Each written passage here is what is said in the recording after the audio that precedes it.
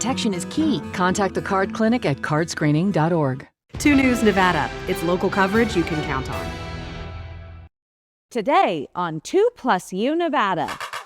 More importantly, I've seen what it looks like to not have a trauma intervention program in this area. The mighty group of volunteers who show up at the most tragic of scenes. How TIP Northern Nevada helps survivors at an emergency so that first responders can do their jobs. Emphasizing on what, not just who he was or his name or title, but more of the work that he did to commend community and people rallying together to bring awareness to culture and social change. We sit down with the Northern Nevada Black Cultural Awareness Society to talk about Dr. Martin Luther King Jr., how you can honor him on his birthday, Monday, and beyond. We are helping so many people right now. 160,000 people every month need services from the food banks. The need for food assistance in Northern Nevada is not waning, and the Food Bank of Northern Nevada needs your help to get the food gathered throughout the holidays out to those it services. How you can get your neighbors and friends in on the fun. You're watching 2+U Nevada. It's home. Put everything back in your house the way you like it.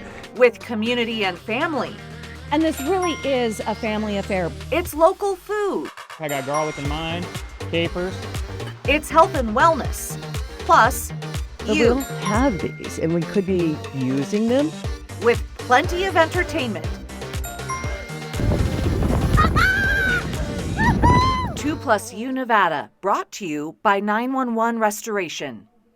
Thank you for joining us for this edition of 2+U Nevada. I'm Sarah Johns, your host. We are heading into a 3-day weekend. Of course, Monday, Martin Luther King Jr. Day, is also the National Day of Service. So this edition of 2+U Nevada takes a look at service organizations doing so much good in our community. If you're looking to find avenues to volunteer, the food bank could use your help, or maybe you want to help emotionally support survivors, victims, and family members at an emergency with TIP Northern Nevada. And a little later in our show, what is super cute, we head to a wedding 7 decades in the making. Don't go anywhere. Thank you for joining us today for 2+U Nevada.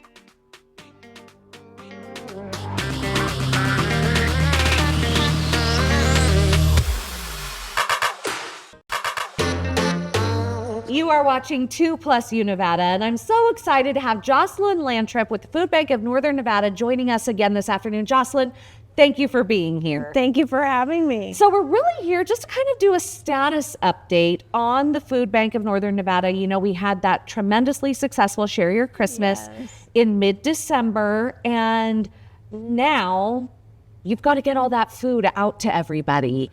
And more than 1 million meals and distributing all of that. What is that shaping up to be like for you?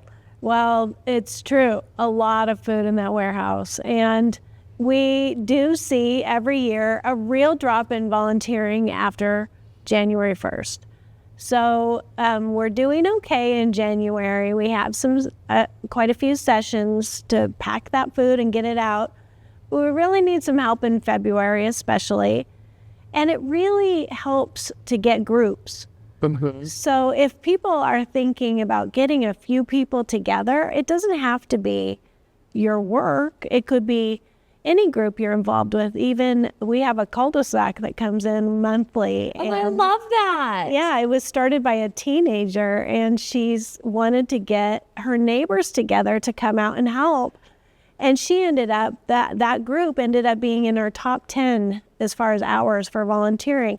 So anybody can be a group. So you know what? You just gave me a great idea, because we live on a great block and we all have block parties and stuff like that. And instead of doing, let's say, a block party of a potluck, which is what we tend to do quarterly or what have you, we could do a block party and go out and help pack and kind of talk about what that looks like. It's actually a very organized way of being able to get these meals distributed. It is, and it's pretty turnkey. It's a 2-hour session. You do need to come out to the food bank, so we're a little bit outside of town, but you sign yourself up. If you're a group, you call Vicki or email Vicki, and she sets you up, our volunteer coordinator. And then it's a very short training. Our volunteer specialist, Ron, he tells you, like, this is what you look for. You examine the food, make sure it's not expired or close to date. We put it into categories, and we weigh those boxes and get them ready to go out to partner agencies. So all that food that comes in at Share Your Christmas, you see like a box of entrees or a box of canned vegetables or canned fruit. And then that is what the agencies can order. And then we pick those orders and get them out to the 140 agencies. I love that. And then, okay, so again, I'm literally thinking of my neighborhood. Can children participate in these group volunteers? Amazing question. Yes, any child 10 and over can come out to the food bank anytime with a parent or an adult. So that's great. We do have a couple times a year where kids can come out that are even younger. One time in October, and Martin Luther King National Day of Service is one of them. That one is pretty full right now, but kids that are 10 and over can come out anytime with their families. So. I love that. Okay, so again, all of this is talking about getting the food that you currently have in the warehouse distributed to your partner agencies and distributed out to Nevada. Talk about your distribution feeder networks and how far your reach is. Yes, so our service area is pretty big. It is 90,000 square miles. So we're all of northern Nevada. We have a sister food bank in Vegas, and they handle the 3 counties down there, but we are everything else. And then we also have a little slice of California, the eastern slope of the Sierra, Susanville, Bridgeport, Mammoth is in our service area. So all those places that is tough for those food banks in California to get to them in the winter, and we serve them too. So that food will go out to faith-based pantries, to rehab centers, to senior centers, childcare, all kinds of different nonprofits that need food for the people they're serving. So when you're talking about this 90,000 square miles and all of these partners that you have, realistically, when you're talking about 1 million meals that have been gathered at Share Your Christmas, how long does that last you? It doesn't last as long as we want it to, I have to be honest, because we are helping so many people right now. 160,000 people every month need services from the food bank. So we do go through that in a few months, and that is why we are always asking. Food is something that you need to replenish all of the time. And ideally, we would like to help people eat 3 meals a day. So it is something that you always need to be feeding that supply. And that's why we love this community, because we couldn't do it without them. We do need to process those donations, and it's another step, but 2 hours in the warehouse, you're helping thousands of families. That is so cool, right? To think that 2 hours of your time, that's all that it takes, and you're helping thousands. So if people want to learn more about the food bank, if people want to sign up, they can email Vicki. Yes. So that email is on your screen, but also for more information, what's the website and how can people sign up for specific hours? Sure. So it's fbnn.org. We have a Get Involved section, and that can get you to the volunteer page. Tells you all about it. That you sign up. It's pretty easy, and then you just sign yourself up for sessions, whatever you want to do. We also have opportunities in town, but those fill up pretty quickly. We really need help in the warehouse. Awesome. Jocelyn, thank you for joining us this afternoon. Thank you so much. You're watching 2+U Nevada.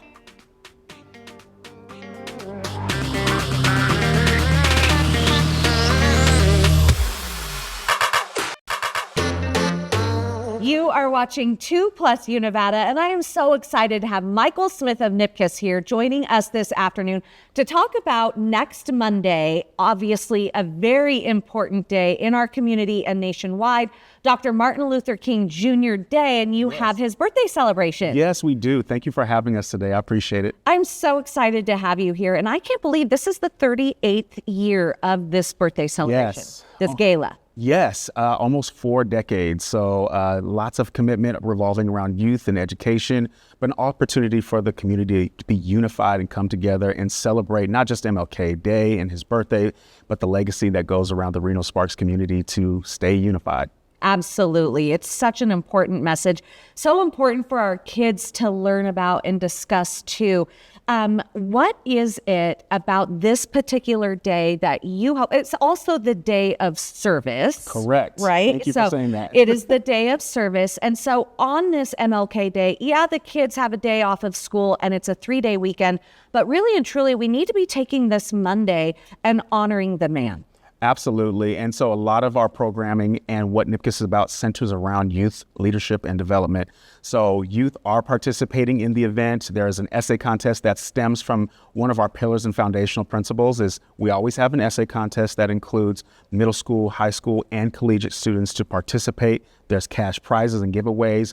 And in addition, the gala is a big hub for our community to network and get together, but also serves as our biggest fundraiser. So this is an opportunity for youth and young adults to engage, but in the community to engage. But a lot of those financial resources go towards more programming for youth and young adult education from NIPCS. Let's talk about this essay contest because I just think that's absolutely perfect to have an essay contest on a day when we're honoring a person who was so phenomenal with words. Yes. Right? And yes. The written word, the spoken word. Yes.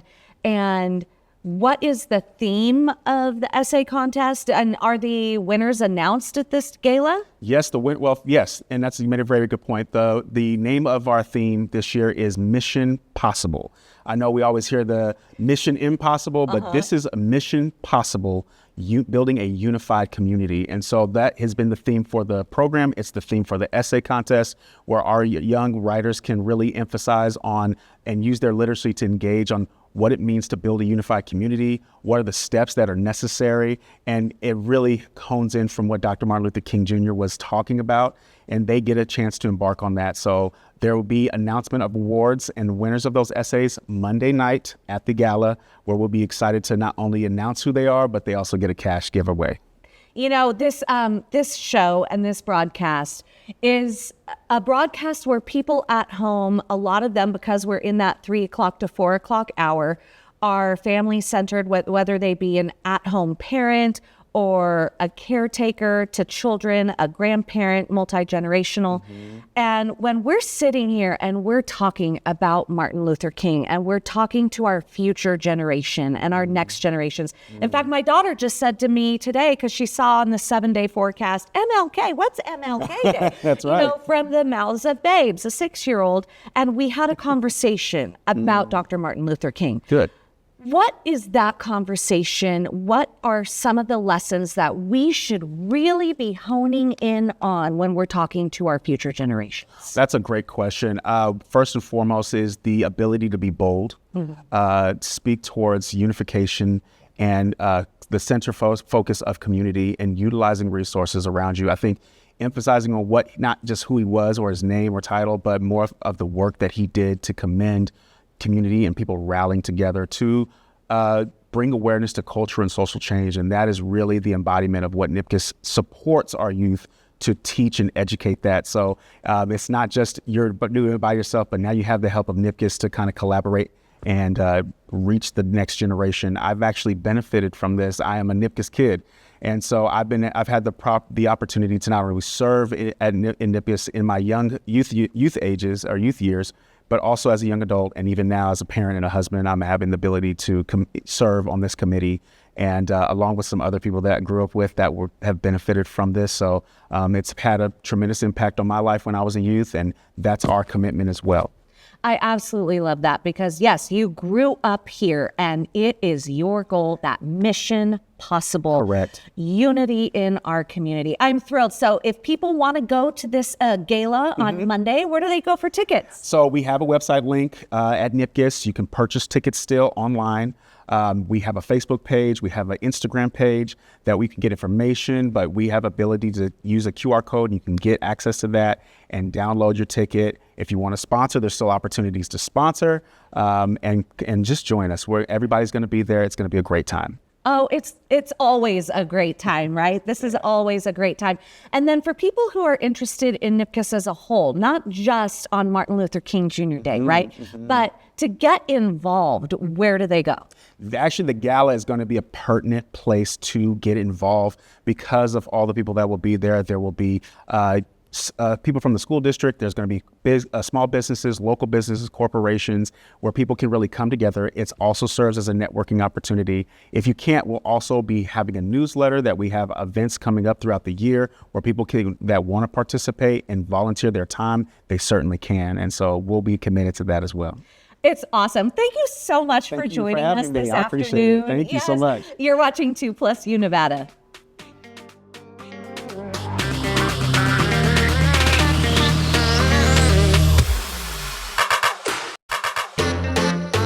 You are watching 2+ U Nevada. Joining us this afternoon, Greg Nauman, the president, and Gabrielle Totten, the executive director of TIP of Northern Nevada. And this is such a phenomenal program. TIP stands for Trauma Intervention Program of Northern Nevada. Gabrielle, tell everybody a little about this. Trauma Intervention Program is a team of specially trained citizen volunteers. We respond alongside police, fire, paramedics, and our volunteers are going to provide that emotional and practical support to survivors after things like natural death, suicide, drowning, infant death, things like that. And Greg, you have a background in law enforcement, many years in law enforcement, and so you have actually seen the benefits of having a TIP representative respond. Explain a little bit about your history and how you saw them in action. So I'm retired from the Washington County Sheriff's Office. I retired as the sergeant in the detective division. And I've not only witnessed the TIP volunteers in action, but I'm a client myself as being a first responder who's gone to these scenes and had to investigate the tragedy that has occurred. But more importantly, I've seen what it looks like to not have a trauma intervention program in this area. But really, for me as a first responder, having a TIP volunteer there, knowing that someone is there to take care of that survivor while I'm trying to do my job and my investigation, it's reassuring to me to know that this person is being taken care of during the first initial couple of hours of a tragic incident. Yeah, go into that. And I have a brief knowledge. Greg and I worked together at the Washoe County Sheriff's Office when I was the PIO there. But what would happen is when the detectives arrive on scene, their main job is to investigate and get the lay of the land and identify people and then put those people in specific areas of the home. But then they are investigating, and a witness or somebody who came home, it could just be seated there if it weren't for TIP, right? Kind of go into that aspect of a response in a critical situation. Okay. So actually, long before the detectives often even get there, the first initial officers get on scene, right? The patrol usually will get on scene. So it may be a wife who has found her husband not breathing on the floor. She's called 911, done CPR. They are sending the police, fire, paramedics. All those folks get on scene, then they will say, can we get a TIP volunteer to be with the wife, right? So then they'll call us. We'll get there within 20 to 30 minutes of that phone call. So shortly after she's done with her efforts to perform CPR and the emergency responders have got on scene, then the TIP volunteer will respond. And our goal is just to come alongside that wife and kind of be her support system while nobody else is there, and then navigate that call with her in terms of what to expect, what to anticipate.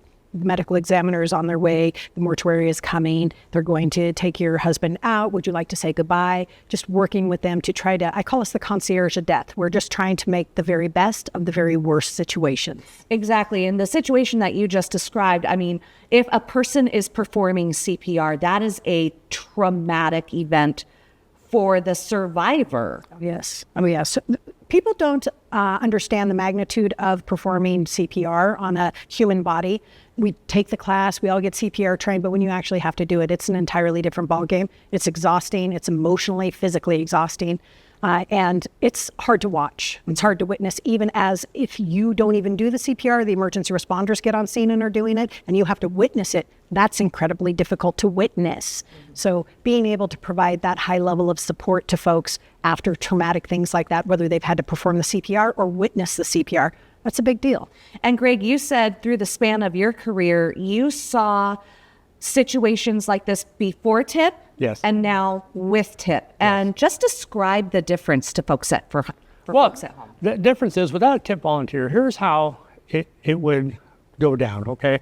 So you'd have just a plethora of first responders showing up, asking questions, asking the same questions over and over again for different reasons, for different investigations, whether it's a paramedic or police officer or detective, we're asking the same questions often. That person they're stunned, they're confused by the process. And from my point of view, I've seen, well, this is what happens without a TIP volunteer, is that when the investigation is over and it's 2:00 in the morning, and all the first responders have another call to go to, it really is, I'm sorry for your loss, bye. And we leave that person, and that person is left there by themselves. They're confused, they don't know what to do next, they don't know what just happened. And as a first responder, you carry that baggage because you feel like, I just abandoned this person. They just lost their loved one, they're by themselves, and maybe they've got support coming, but maybe that family that's going to support them is driving from Stockton, right? Or maybe they're coming in from out of town and the death happened at a downtown casino, right? There's no one there, they're all by themselves. And as a first responder, we carry that going, man, I just abandoned that person. And now having a TIP volunteer, knowing that when I leave to go to the next scene or to continue that investigation so I can do the best work for them, I've left them in the hands of a volunteer who can stay with them, not feel abandoned, and that's reassuring as a first responder. So it's a big impact on the folks that we deal with day in, day out. So in 30 seconds or less, if you need more TIP volunteers, if you would like to donate to TIP to help your efforts, where do people go? Our website, www.tipnnv.org. You can click on donate if you want to donate. You can click on volunteer. If you want to volunteer, get on the list of registrants, and we will get you all the information you need. Thank you so much for joining us this afternoon. Thank you, Sarah. You're watching 2+U Nevada.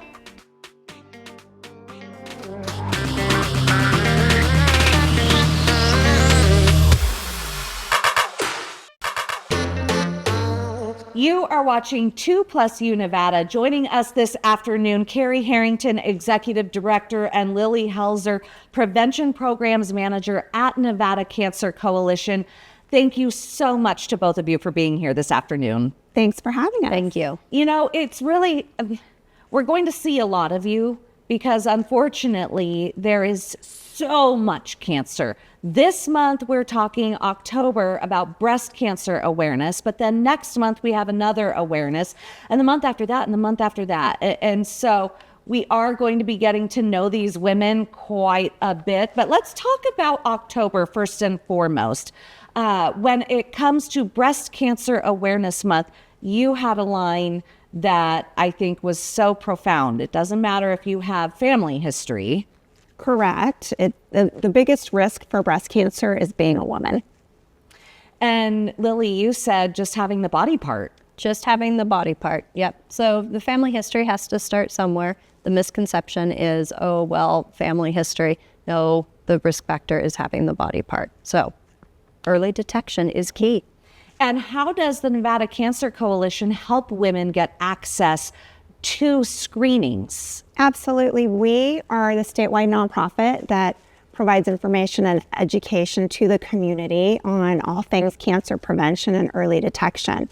We also have an excellent program called Thrive NV, and we have telenavigators. So we have people on staff that can help you. They can talk to you about what your cancer risk might be, what the recommendations are for screening. They can help you find a screening provider near you, and perhaps even transportation or help funding your screening if you need a program to help you with that. And because mammograms aren't necessarily covered, is that correct? Or are they covered by most health insurances? Do we know that?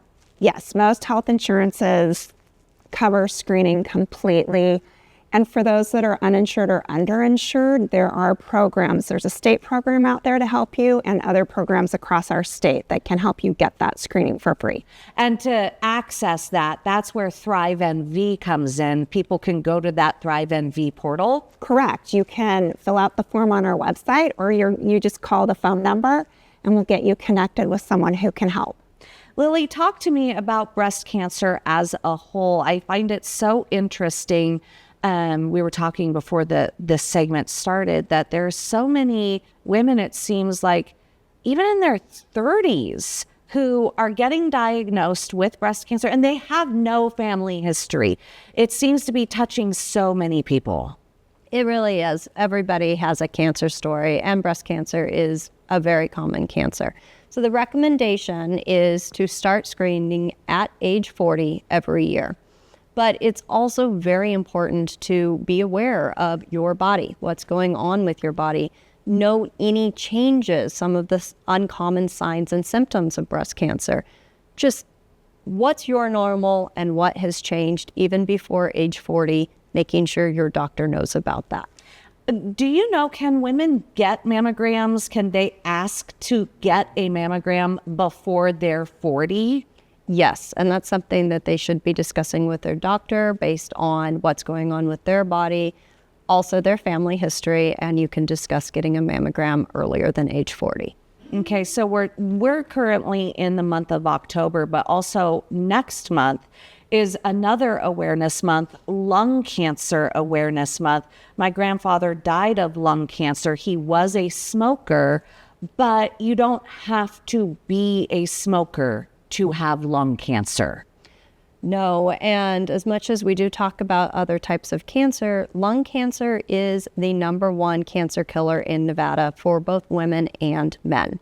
So it's very important. There is a screening available now for lung cancer. It's relatively new, and we'd love more people to know about it, so it's as common knowledge as mammography. No kidding. So what is the screening called, and why is lung cancer so prolific in our state? Well, it's prolific in every state. So just like the rest of the United States, it is the #1 cancer killer. There's nothing too unusual going on in Nevada.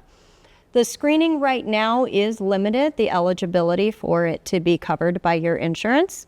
It is currently only for people ages 50 to 80 who have a smoking history, who currently smoke or have smoked in the past 15 years. That's where you really want to talk to your doctor. It's a low dose CT, so very easy, much easier to go get the actual screening than a mammogram. You just lay down on a table and go through the donut. There's no squishing involved. Oh, wow. Okay. And I, as a child, have this memory seared into my head. I was shown a lung of a smoker, a slide, it was within glass, and a lung of a person who had quit smoking 15 years before, and the smoker's lung looked like barbecued hamburger, and the person who had quit a decade and a half before looked like halibut. And you really can quit and improve your quality of lungs. Is that true? Yes. Over time, the lungs do slowly start to heal. The body does repair itself. But still, you want to find what's going on with your body early. When it's small, when it's localized, then it's much easier to treat. Well, the Women of Nevada Cancer Coalition, thank you so much for the programs that you put on, for people to get access, and for the information that you provided our viewers today. You're watching 2+U Nevada.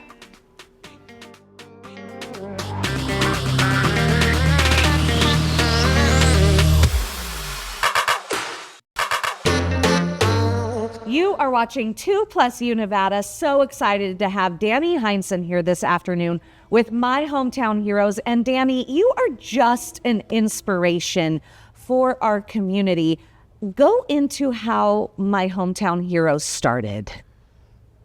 Hometown Heroes started the day after I was graduated from college with a degree in electrical engineering. I was planning to backpack Europe with my best friends, and a week and a half prior to that, I had these headaches that just wouldn't quit. Graduated on a Sunday, and I was supposed to be on a plane to Europe on Tuesday, and day before I left, I was in the emergency room with my dad, and after 2.5 hours of testing, I found out that they found a tumor the size of a racquetball in my head.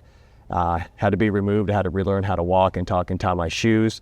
But it was those first 3 days in the hospital before I had the operation where I realized that this journey wasn't about me. It was about them, because if I'm going to get through this, it's going to be because of them. So they became my heroes, which 10 years later became the impetus to creating the My Hometown Heroes entity. That's fantastic. Such a great organization for children and teens, young cancer survivors. Explain the fundraising process and what My Hometown Heroes goal is for youth survivors. Absolutely. Well, so My Hometown Heroes, we serve young adult cancer survivors between the ages of 17 and 39 years old. So this is a time in their life where it's a major transition to go to college, but then when you're diagnosed with cancer as a young adult, that changes everything. Your life is put on hold.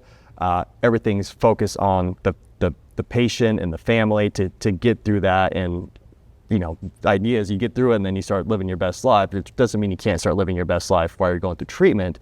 But the My Hometown Hero Scholarship Program is a platform of self-expression, not only for young adults who survive cancer, but it helps them, it creates a path for them and gives them confidence from everything that they've went through, that they do have support financially for them to pursue their dreams of a college education. And you are such a cool guy. Like, I've known you now for years, and every time I see you, you're a ray of light and sunshine.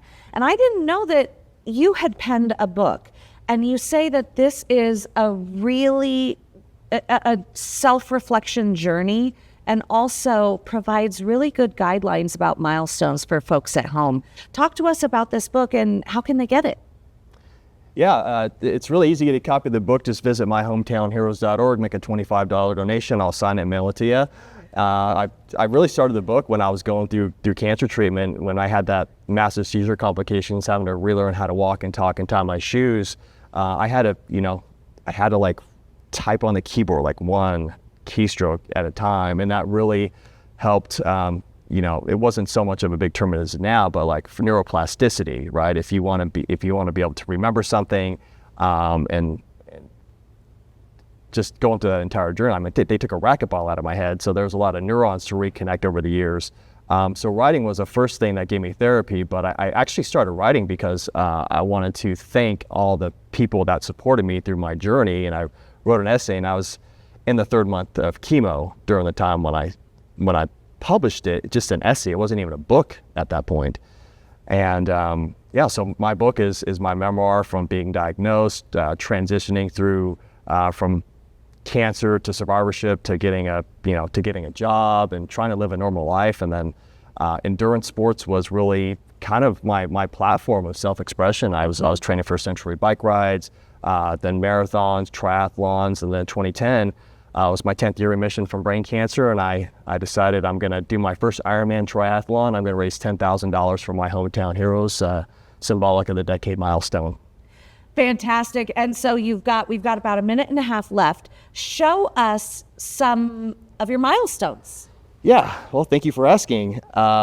So I brought 3 medals here today, and the one that's most significant is the one from the Ironman journey when I crossed the finish line at Ironman Canada in 2010. So that's what this symbolizes right here.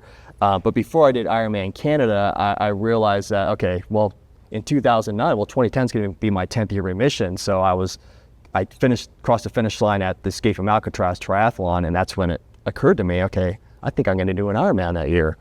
So after surviving brain cancer. After surviving brain cancer 9 years later, and then 2010 was the Ironman.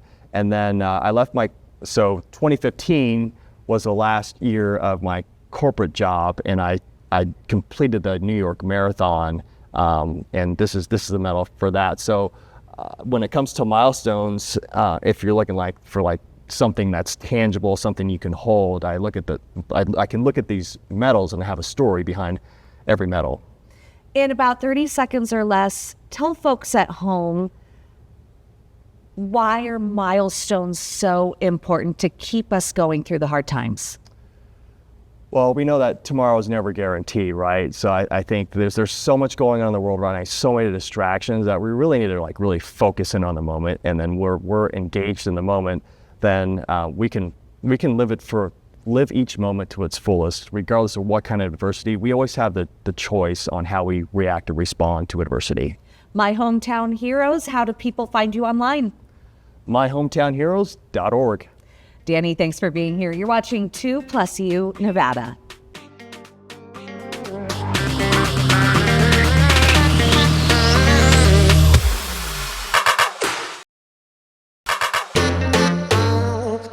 This past weekend, a Virginia bride finally walked down the aisle after being married to the love of her life for 70 years. Despite being married for 7 decades, Harold and Frances Pugh never had a wedding. Joy Foltz was there for the memorable ceremony. Just inside of Cawston Street Church of Christ in Hopewell, Saturday afternoon. Guests arrive for a celebration 7 decades in the making. Hey, buddy. All right. Big decision. Are you sure you want to get married? I think I will. 91-year-old Harold Pugh all set to say I do to his 90-year-old bride, Frances. I just feel so blessed. It's a love story that began in the 1950s. The two met at a skating rink and then eloped in their 20s, and now having made it to their 70th wedding anniversary, friends and family felt it was only fitting they renew their vows with the wedding they never had. Look at my handsome husband that I killed. After all these years, I still love him. I cherish him. I appreciate all he's done for me over the years. For the first time ever, the pair met at the end of the aisle, re-exchanging those very precious promises with each other. To have and to hold. To have and to hold. Will you continue to love her, comfort her, honor and keep her in sickness and in health, and forsaking all others, continue to be faithful to her, so long as you both shall live? If I do. Answer, I do. Thousands of memories leading up to this meaningful moment. Traveling, riding roller coasters in your 90s, hosting Bible studies in your home. We see in you a pair blessed by God with years of life and the wisdom to take advantage of every opportunity to live it. Loved ones serving as a witness to the deep care they've had all these years, not just for each other, but for their community. They would deny themselves everything and give to anyone that needs. Having overcome several health scares, the pair stand hand in hand at the altar. But I'm thankful for every year, for every day we've had together. What God has joined together, let not man separate. Harold, you may now kiss your bride. For CBS 6 News, I'm Joy Foltz. Whoa. Now to another massive milestone for a family living in the Lone Star State. They say everything is bigger in Texas. Apparently, that now includes newborns. A few weeks ago, a North Texas woman gave birth to a nearly 13-pound baby. Bo Evans caught up with the newborn and his mama. Hi, baby. Kenyon Cooper Smith has been here for just about 3 weeks, but this 13-pound newborn already has a lot of nicknames. We call him our squishy a lot. Big boy, Grand Canyon, Super Koopa, Chunkmeister. I love it. I'm calling him an absolute unit. Yeah, he's hefty. He is, he's solid. His size was a bit of a shock to Mom, Marky Smith. We were expecting him to be about 10 pounds. And when he came out and they said 12, I did not believe them. And they're like, he's huge. And he was screaming. They were holding him up like this. And it was just rolls. That's all I could see. Just bright red, mad and rolls. Today, Kenyon is getting some newborn photos taken at photographer Kim Fain's studio in Joshua. She's been taking newborn photos for more than a decade. This is the biggest baby I have ever had. Ever. And Chunk. And if you're like me, you probably didn't know, but just a few pounds can make a big difference when you're photographing a baby. My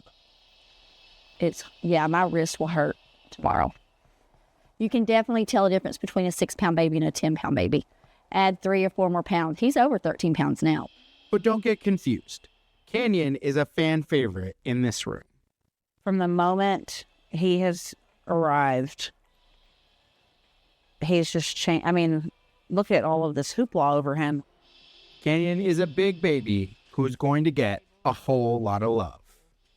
And maybe a scholarship. I've been jokingly shouting out Jerry Jones because, you know, hey, just, I mean. Yeah, we know. In Joshua, Bo Evans, CBS News, Texas. Stay with us. We'll be right back.